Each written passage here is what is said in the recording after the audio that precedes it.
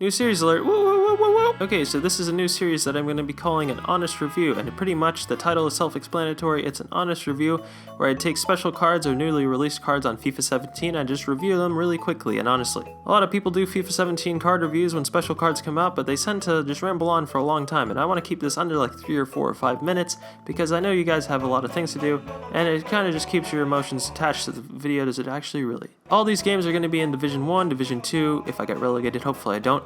If the players are bad, they might, I don't know, who knows. But all these games are going to be in the upper divisions because it's easy to just use any card in Division 10 and say, wow, this is the best player, you should definitely buy him. Also, these players are going to usually cost less than like 50k because I know that's a reasonable amount, especially when you have FIFA 17 Weekend League and pretty much anyone can get like at least 20k per weekend if you're not just really bad, I guess. Does that mean? Alright, so today's video is going to be focusing on 2 French players, meaning that we're going to have a lot of baguette references in this video. The first player that we're going to review is Poty Knockaert, who won Player of the Year in the Championship for Brighton.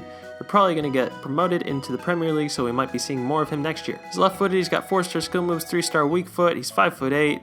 He was born in like the 70s, I think. I don't know if that's true.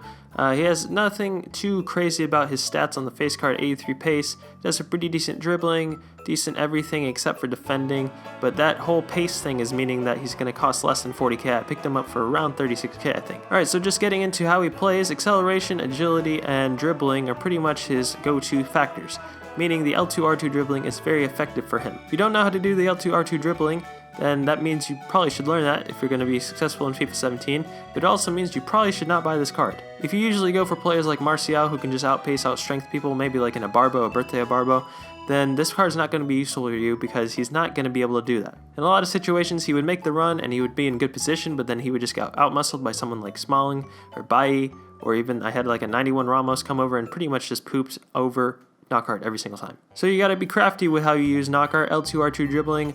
Outside of the foot passing is pretty good from him. Outside the foot shooting is pretty good from him. He reminds me kind of like a Mahrez or a poor man's Dybala. In fact, I would very much compare Knockaert to a Riyad Mahrez type. They're both left-footed. They're both around the same height. I know that Mahrez is probably a little bit taller. Maybe actually, I don't know if that's true. They're not very strong, but they're pretty crafty. They don't have too much pace, but they're really good at dribbling. Mahrez does have the 5-star skills, which does make a huge difference in the terms of the animations that you're going to get from him. They're both French. That's a joke. I know he's Algerian, but colonialism is funny. Just kidding, it's not. The Knockaert's left-footed Trivela shots are pretty decent in this game. I scored a couple nice ones, scored a really nice finesse from a long distance out. He has a couple of good passes with the Trivela action on it, so I'd say Knockaert's actually a decent card. Going back to the whole strength thing though, you really can't outstrength people, so you're going to have to be really crafty with how you use it.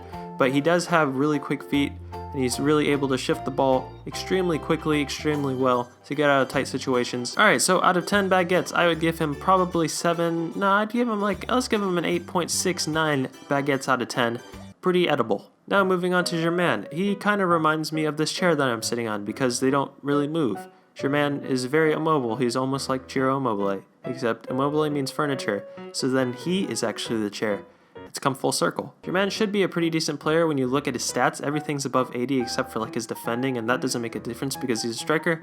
But in reality, when you look deeper than the stats, he's actually not too great. He does have 4-star weak foot, 3-star skill moves. 3-star skill moves kind of kills it for a striker. He's 85 rated, which is actually a decent rating for a striker in the French league, and he's French, so you should be able to connect him to some other French great players. But the main thing is that he doesn't have the acceleration, the burst of pace to get by a Smalling or a Bailly or a Ramos in this game, or a Manolas, because in this game you really need a striker who has strength, who has acceleration, who can get by players and then keep them on their back once they get by him, and Germain does not have that. For 32k, which was his price point, you could probably get a lot of other players instead of Germain, but that means they won't be a nice orange card and they won't probably be a French striker.